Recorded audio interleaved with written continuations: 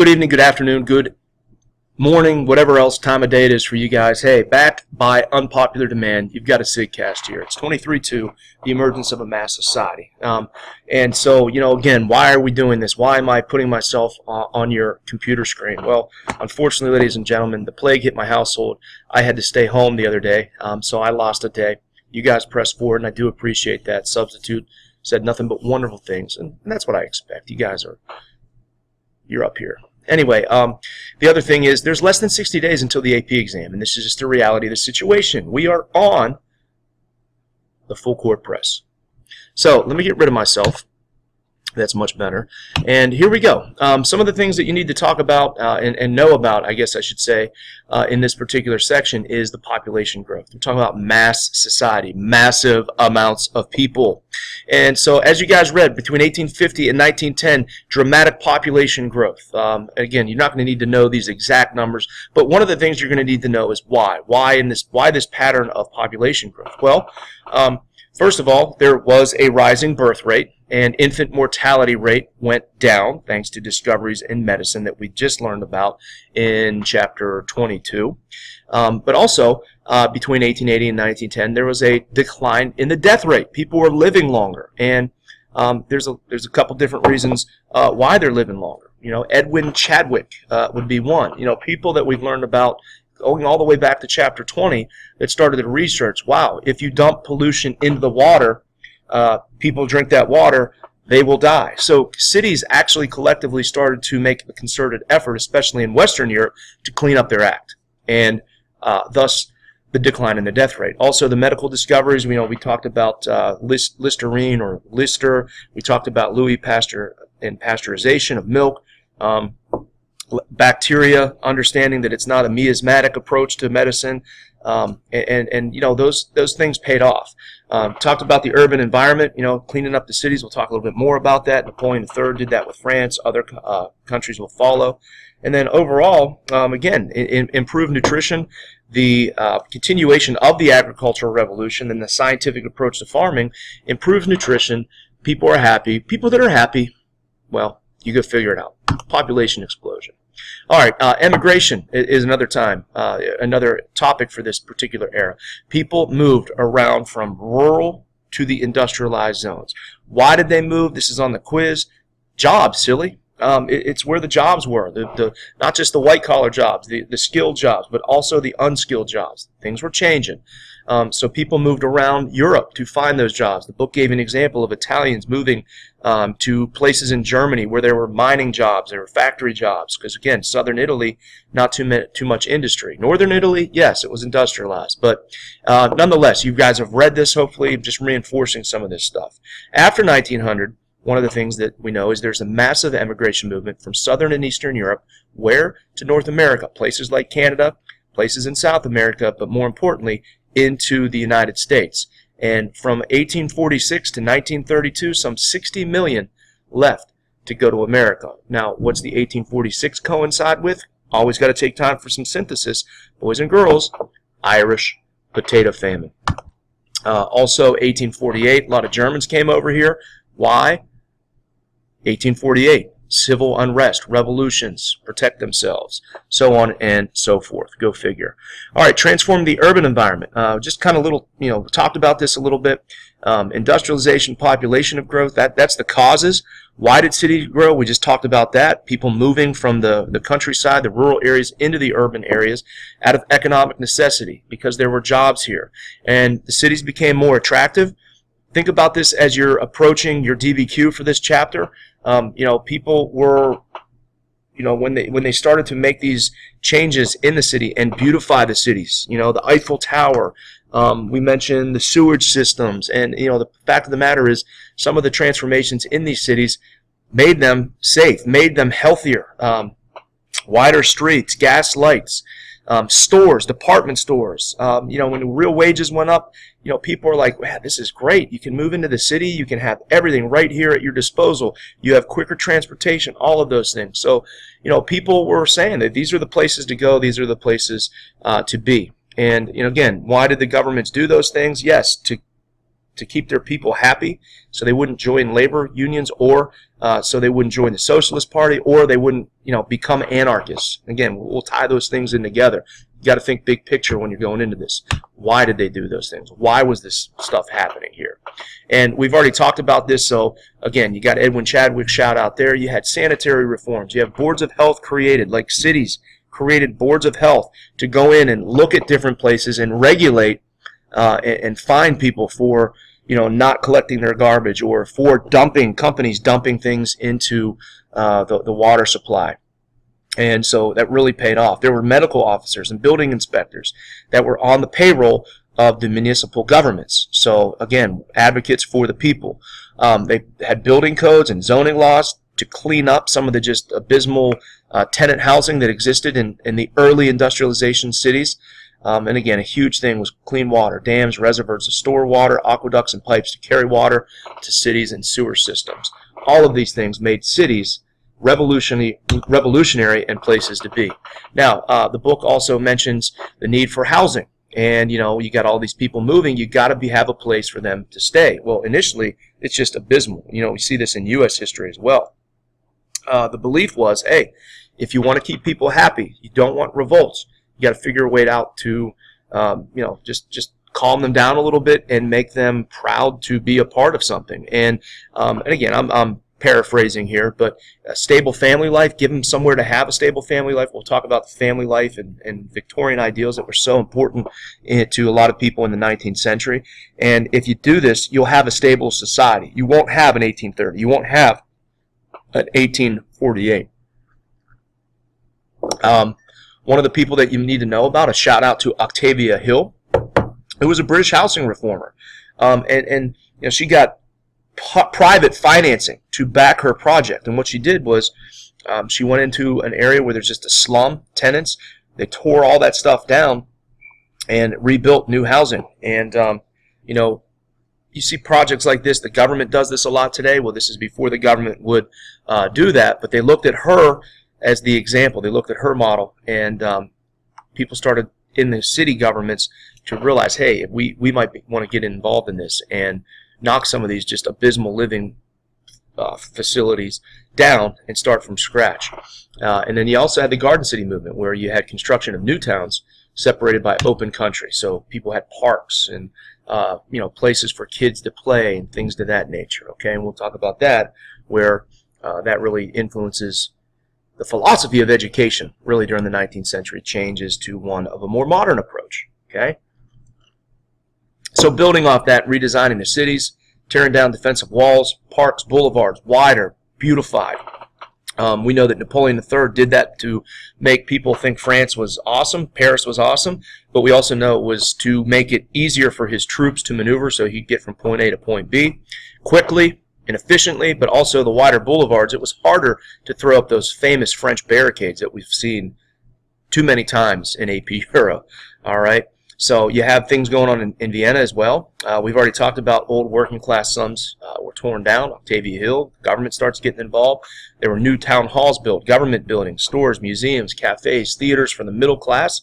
We'll talk about department stores again in the DBQ. But cities started to grow and expand outward.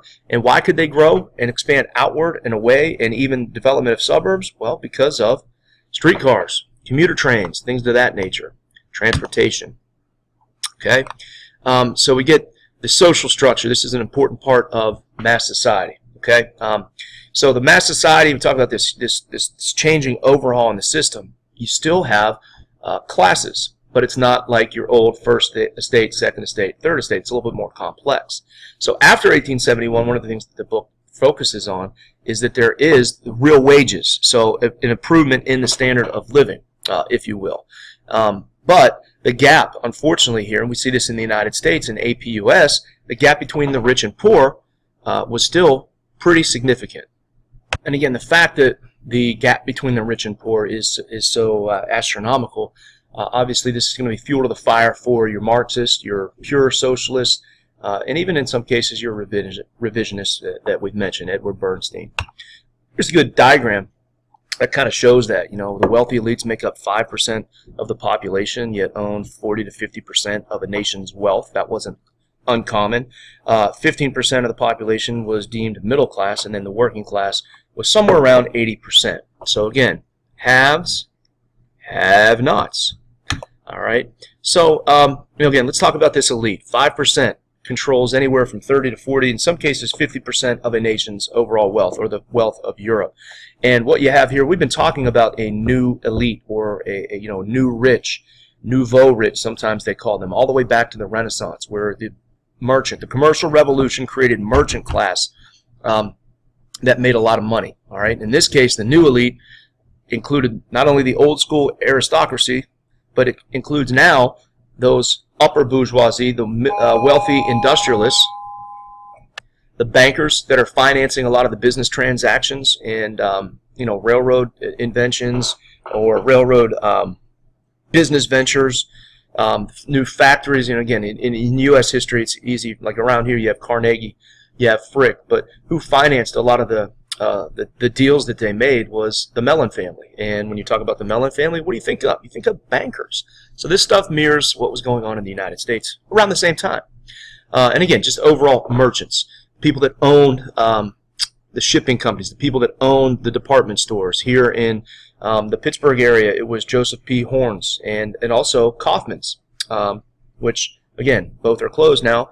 But the Kaufmans were so rich, what did they do? They had falling water built down by, the heck's it called? Ohio Pile. But anyway, I digress. Bertha Krupp, got to go back to Europe here, was the wealthiest woman in Germany. And she was not an aristocrat. Who was she? She was from the leading German industrial family. Again, the Krupps in Germany were like the Rockefellers, Carnegie or Vanderbilts right here in the good old U.S. of A. And you also had the fusing of the old aristocracy and this new rich, who sometimes are called the plutocrats. So these new rich, what did they do? They did the things that the old aristocracy did. Great example of this is Andrew Carnegie, who, as we know, immigrated to Pittsburgh from Scotland. And an old story is that the Carnegies at the turn of the century, when the Industrial Revolution was hitting Europe and in Scotland, were not Luddites, but in essence were causing some havoc in Dunfermline, Scotland, where they were from. Doing some things to the factories, sabotage. They didn't like the fact that they were weavers and they were losing, their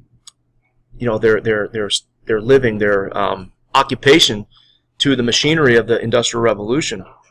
Well, some of them got in trouble, and they were outlawed from the castle in Dunfermline, which the local lord would always annually have a big fair, kind of like the Castle Shannon Fire Department fair, whatever. Just giving you an example where, it's just something that people look forward to every year, to go in and play games and, have entertainment and things like that. Remember, there wasn't much entertainment back then. Well, Carnegie's, as Andrew, before they left for Pittsburgh, he wasn't allowed to go as a boy because his uncles had gotten in trouble, so his name was like mud there. So, bittersweet story. He comes to the United States, and again, I'll spare you the details, but becomes pretty much the second richest American who has ever lived. And what does he do? He buys that castle. He buys that estate, and that was one of his, vacation homes, if you will. So the plutocrats, they buy the country houses, and they're trying to be like the old elite. Ironically, too, the aristocracy buys townhouses in the cities to mingle with what's going on there. And the children of wealthy gain entrance into elite schools, leadership roles in government, and middle class, for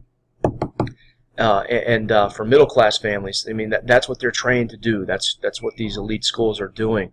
And again, marriage. In some cases, the plutocrats would marry off their kids into, if you were an old aristocracy, it was now okay for your daughter to marry a wealthy industrialist, because what were you doing? You were basically securing your financial future for your family, and vice versa. Anyway, class lines were still strong in many countries, but we're starting to see money. Money usually crosses class lines, if you will. What's up with this? Again, this is what you did if you wanted to dress. I always talk about middle class values. Back in the day, you wanted to look elite. So these new wealthy wanted to look elite. The middle class wanted to elite. People used to dress up. When did this change? I mean, go back to the 60s, early 60s. Men wore suits. Men wore hats, fedoras, if you will. And when did it change? It changed kind of in the 70s. Casual, the hippies, that's where people were nonconformists, and people wanted to, and again, I wasn't around in that time frame, but people wanted to look goofy and maybe even in some cases sloppy. But this was the norm all the way up until the 1960s, 1970s. All right, anyway, the middle class. What do we need to know about the middle class? Well, you got to know the professions that were open to them: medicine, law, civil service. They were moderately wealthy industrialists and merchants, so not your top tier. There were some business owners that were in the so-called middle class here. They weren't necessarily elite. Some of them were business managers and new professionals. We talked about new white-collar offices. We'll get into that in a second. But, you know, the R&D, research and design, that made German engineering so good, so efficient. So engineers, accountants, chemists. The lower middle class included shopkeepers, traders, prosperous peasants, farmers, and then, again, the new white-collar offices here of the lower middle class would be secretaries, bank tellers, clerks, salesmen, teachers, and a lot of these positions were, too, open for young, single women. Values. Got to talk about values here. You know, when we talk about Victorian values or Victorian morality, it's kind of interesting which one of the most famous stores in the United States now is Victoria's Secret. And again, it goes back to Victoria, just saying. I'm not going to get into what her secret was. But the term Victorian morality can describe any set of values that really espouse sexual restraint, low tolerance of crime, and a strict moral code of conduct. You know, and again, the term Victorian was first used during the Great Exhibition in London in 1851. And again, there's a document that you're going to have in your DVQ that we're going to be looking at there. So there's some outside information for you. It's the height of the Victorian age. It's the height of Victoria's popularity and her husband, Prince Albert. And again, at that great exhibition was where Victorian inventions and morals were on display and shown to the entire world. All right, now again, with Victorian values, what is that? Women. Let's talk about women here. Women were to act basically like angels on earth, restrained as much as possible from premarital relations. If you had premarital relations, you weren't an angel. You were something else. And once you were labeled that, it was that was it. Your reputation was tarnished. And once married, you were to be the servant for your husband, to take care of his kids, your kids. That was your job. Traditional masculine ideal, talk about the boys here, the men, was reserved primarily for the middle class, which praised the idea of a self-made man, a hard-working man who ran his home, his business, made sure his kids were educated, and kind of acted like a strict, quote-unquote, warrior ideal. All right. Again, this played into the quote-unquote gospel of work. You know, going back to the Puritan work ethic, but the gospel of work. It was good to be a hard worker, a hard-working man, moved ahead and made his life better, and therefore made his kids' life better, his family's life better. That was your job. And a good man in society kept his home, his family, particularly his wife, under control. Had a respectable business, but acted like a gentleman, dressed like a gentleman, and demonstrated that he was established. And of course, to show off this morality, you got to go to church. Church going was a must. So, again, how we've talked a little bit about this earlier with Samuel Smiles and self-help, but self-help, or the ideal that you have to do it all on your own and you have to help yourself, those were high morals during Victorian times, and some of those still existed. You don't want to rely on the government. You don't want to rely on charity. And again, synthesis here, not much changed for women since the era of witchcraft. If you notice here, it's not like women go out, start your own business. That was like threatening to men. We've talked about that. So some things are constant throughout time. Now, 80% of the population found themselves in the lower classes. And, interestingly enough, your book talks about military conscription. In some cases, brought these people in contact with the other groups in society. It used to be you didn't mingle with the elites. You didn't mingle with people in the middle class. But some of these members of middle class made their name and served their country. And so, you have this mingling of people, and this is what we call mass society. They're sharing the same ideals, mass culture. And so that's why the book mentions, and they don't do a very good job of explaining that, but why that's a big deal, where the lower classes in some cases are mingling with the other groups in society for this first time. Where else are they mingling? State-run elementary schools force peasants' kids to speak national dialect and in some cases mingle with other members of the middle class. So we're developing a national culture here. Many were unskilled, note. Some were skilled, semi-skilled. Largest are unskilled, the day laborers, the servants doing the dirty work. And again, note, even though it sucks to be in this, urban workers did experience betterment in their material conditions after 1871, with better living conditions, a decline in prices, real wages going up. Heck, they could even afford consumer goods at department stores and places like that by the turn of the century. Now, one of the biggest and most important topics from this section is the woman question. Okay, the woman question was the catchphrase used to refer to the traditional debates. We go all the way back to the scientific revolution in chapter 16 with the Querelle des Femmes. And again, I know I'm botching that in French, but it's the woman question. What role are women going to play in society? All right, and we've been discussing this, really we can go back to the Renaissance where we did an activity where we looked at Joan Kelly Gadle's secondary source of Did Women Have a Renaissance, where she argued that women suffered a setback during the Renaissance when compared to their life during the Middle Ages. And again, she referenced Christine de Pizan, who wrote books and was held in high esteem. And then very few instances after do you have a woman taking the bull by the horn, so to speak. Very few instances like, if you remember in the Renaissance, Isabella d'Este, where you have somebody that is promoting learning, humanistic, which is held in such high esteem, like Da Vinci called her the first lady of the Renaissance. But anyway, you have no idea who she is. You need to go back and review her, because that's a good tool to have in your AP Euro exam toolbox. Anyway, in the 19th century and during the Second Industrial Revolution, women remained legally inferior, economically dependent on men, and largely defined and confined to their family household roles. All right? So again, very dependent and defined by their duties as a mother. And this has been the norm, even going back in the Enlightenment, when Rousseau displayed his sexism in novels like Emile. Again, just cross-referencing, giving you some links here. And it's really nothing new. So the working class organizations, this might be a little bit of outside information, like trade unions, said women should stay in the home and stay out of industrial work. All right? You're dependent on the men. Your biggest investment, ladies, was get married. Get married to a good husband. That was your ticket to a happy life. And what we call this is the cult of domesticity. Think of domestic in the home. Why? Well, again, we got to cross-reference this, because in the early Industrial Revolution, in places like England and the United States, traditionally, young women were first used in a lot of the factories because they were cheap sources of labor. This is going on as the cottage industry crumbles.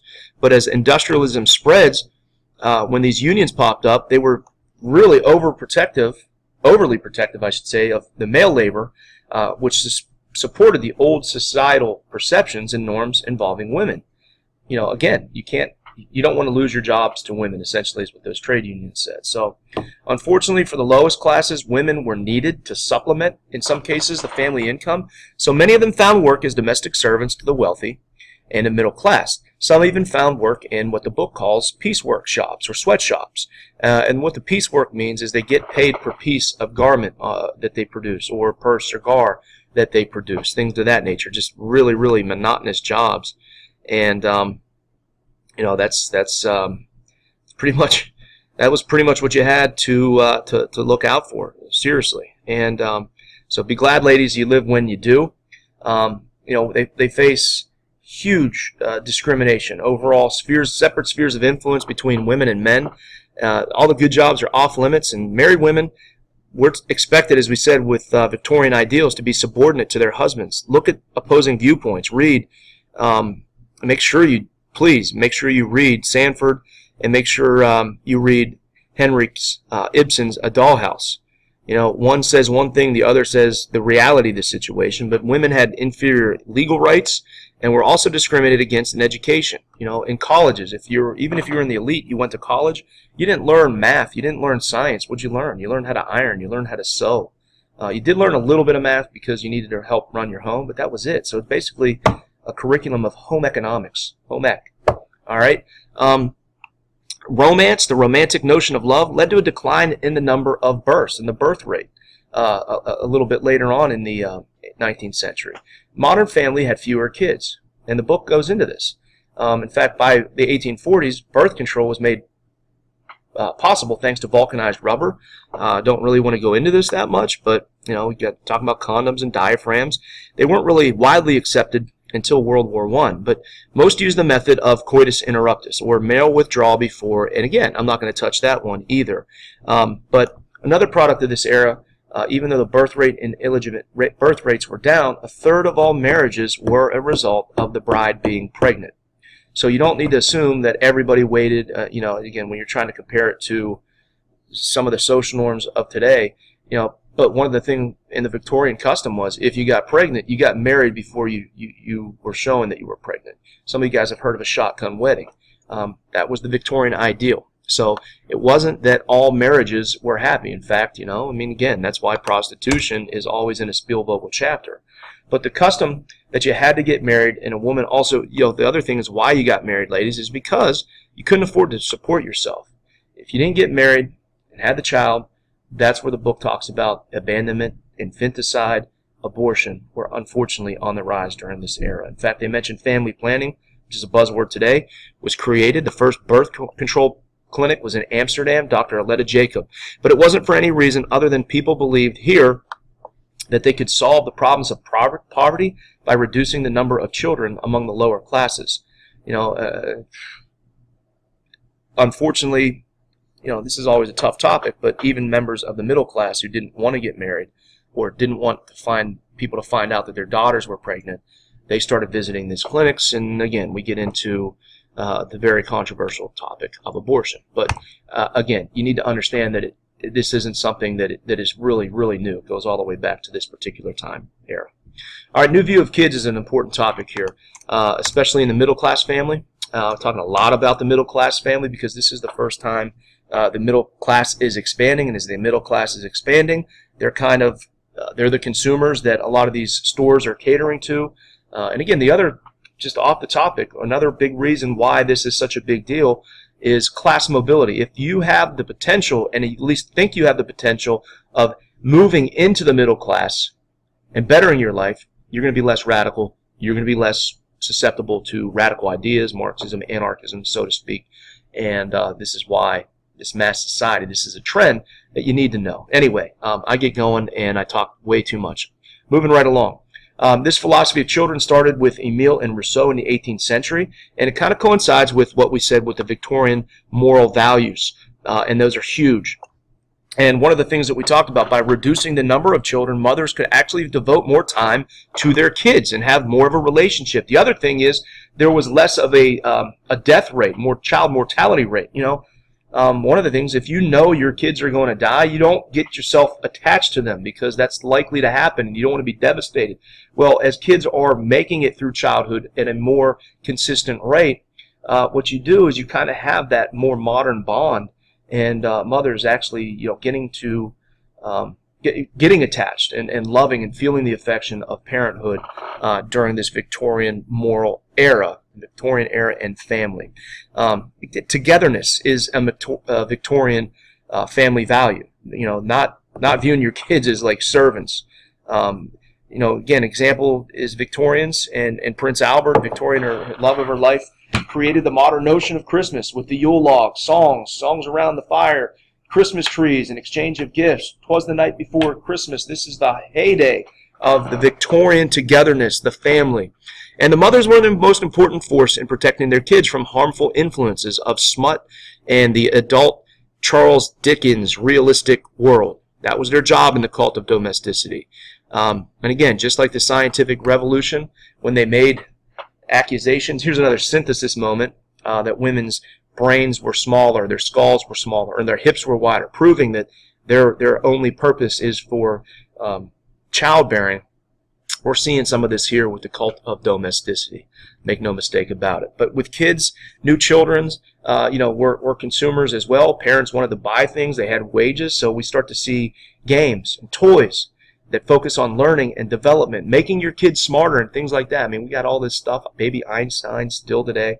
Hey, if your kid watches this, they're going to be a genius. That's awesome. But anyway, again, same debate too here with video games and things like that. Did your mom control you from playing Black Ops, or I don't even know what the games are anymore, but is it going to mess your kids up? That's a big thing with parents, even today. Continuing with the new view of children, and some of you guys probably know a lot more about this than I do, but sons of middle-class boys, what were they supposed to do? Follow the careers of dad. To my sons, Matt, Colin, and Jackson, stay out of education. There's my little satire for today. But schools were supposed to toughen boys up. Corporal punishment, fights, sports. You do any of that now, you get lawsuits. But, again, it was to toughen boys up, make them more of a man, get them ready to fight. Because, again, nationalism, we know what's down the road. Here's your synthesis moment, World War I. Leisure time was getting the boys ready for military, just in case. Jingoism, we'll talk about that in the next chapter. But, rampant nationalism and character building. The Boy Scouts, Lord Robert Baden-Powell, boys 12 to 18 were to go into the Boy Scouts to learn discipline and earn merit badges in a patriotic fashion and learn the ideals of self-sacrifice, masculinity. And there's a huge stress on manliness. And again, it's for military concerns. But also, they try to conform middle class and upper boys to control Victorian sexual values and reduce the number of venereal diseases and STDs. And even in some cases, their goal was to limit prostitution. And again, create a more moral society. The Girl Scouts, shout out to them, were also established by Powell's sister during this time. But again, we see the sexism here, not to get them ready for war or anything like that, but to teach them to be better mothers and the guides of the next great generation. So again, hard work was the way of life for the lower classes. Daughters worked until they were married. Even after marriage, sometimes they had to supplement their income, as we said, by doing piecework. What was childhood for kids in the lower class?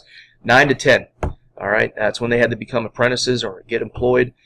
Wages and standard of living did increase for the lower classes, and more lower class women were able to stay at home as the economy was good.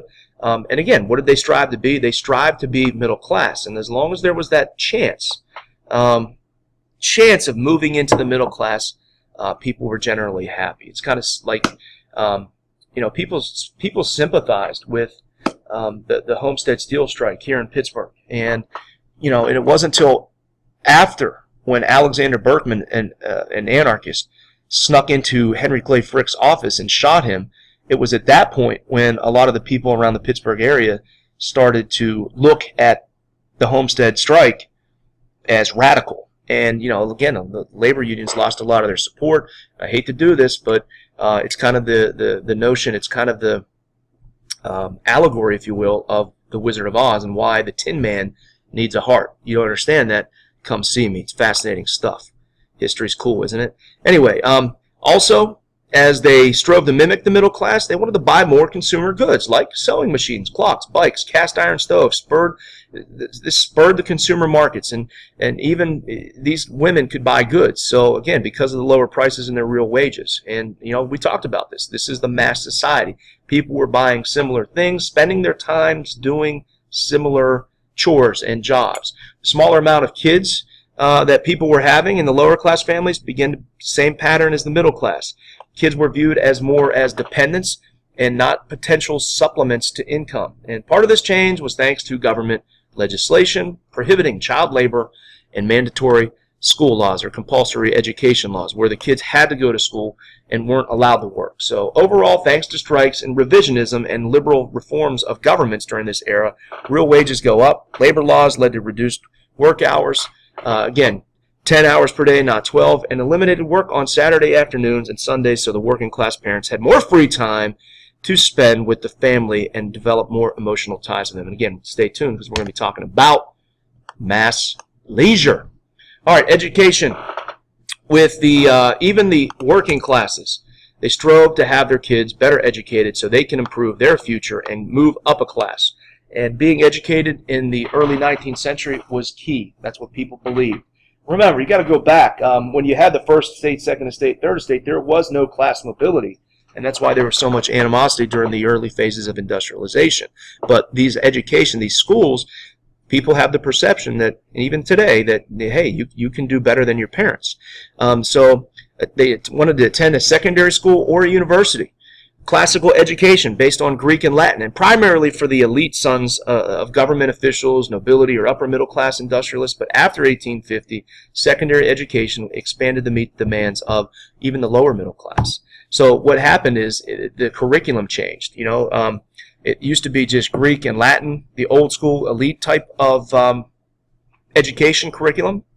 Schools start to morph to provide more classes and programs to help prepare them for employment in government positions and professions. What am I talking about? Engineering, research and design, law, history, those types of things. Again, I had to give a shout out to history. After 1870, we see the state function of the government was expanding. The governments were taking a more active role in their people's lives, with different reform acts and different things like that, as we talked about the development of that. And they were taking on ideas such as mass education in state-run systems. This became the norm. Okay, and again, we're talking about compulsory education laws. Primary education became compulsory between the ages of 6 and 12.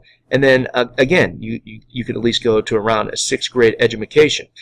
Salaried and trained teachers were started. They were needed. States needed good teachers, so they helped establish teacher training schools. And this happened in the United States as well. Just the state of Pennsylvania, many of the state universities started as teacher colleges. An example would be Slippery Rock. Why expand education? Why do we see this expansion?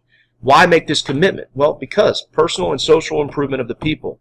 There was less emphasis of the church, as we know. We're going to continue to talk about that in the 19th century as Darwinism and positivism, shout out to Auguste Comte, became more popular. So you still need to conform society. If the church is out of there, you need to do something to make sure the masses are behaving properly and control their values with secular values.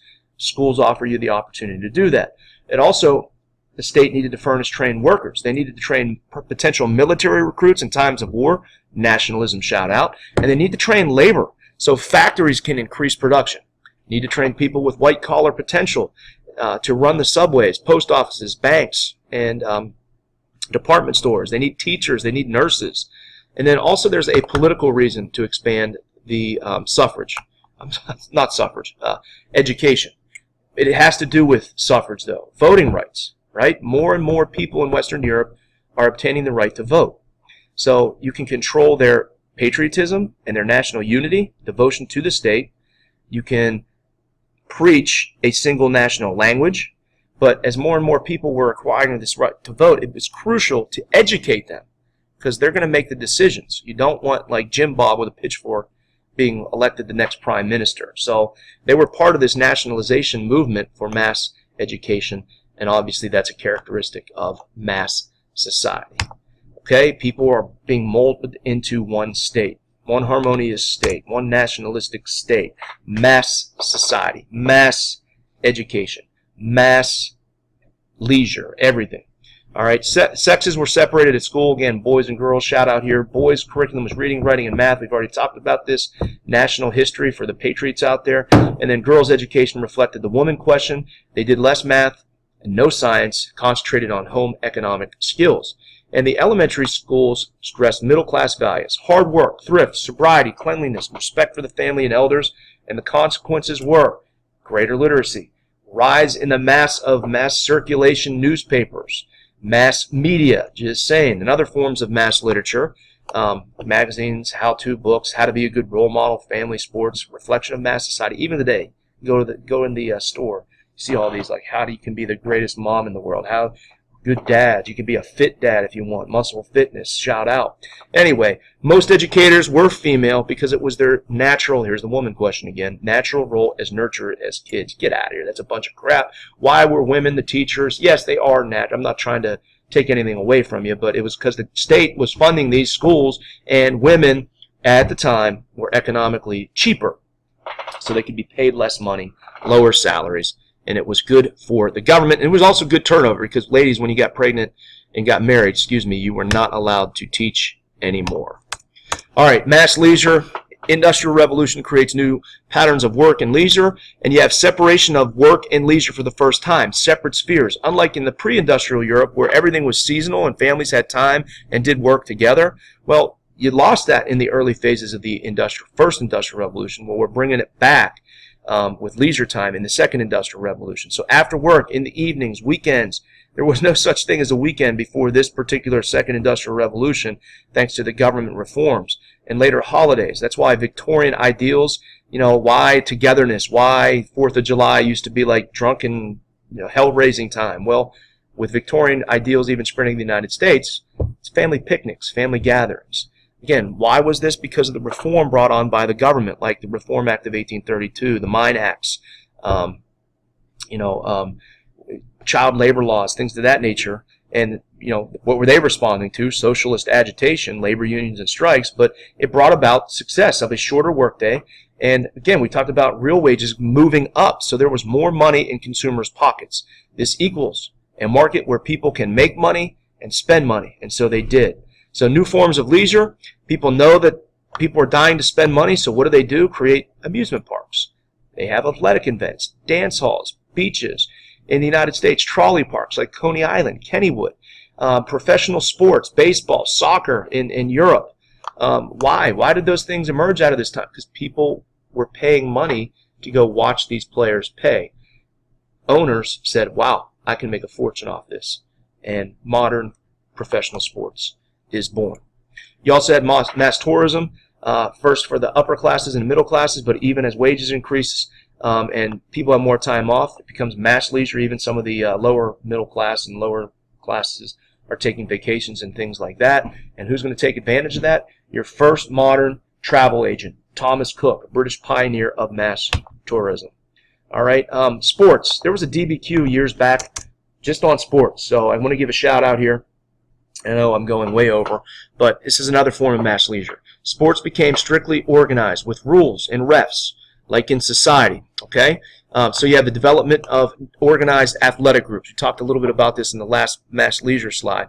English Football Association. In America, you had the American and National Leagues born in the United States.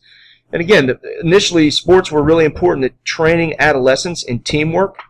Why? Again, military purposes. Or training to work on a mill, or in a factory, on a team. It was competing. Remember, Darwinism was popular during this time. Striving to succeed, struggle. Sports taught you how to struggle, how to get knocked down and get back up. And that's what this was. This was like the era, the heyday of that. Not everybody got a trophy. And team sports were at the center of the elite British schools with school pride, nationalism. They sang the national anthem before sporting events. Still do that today. And then you had fight songs that got people all fired up. And still have this today. Again, hold on.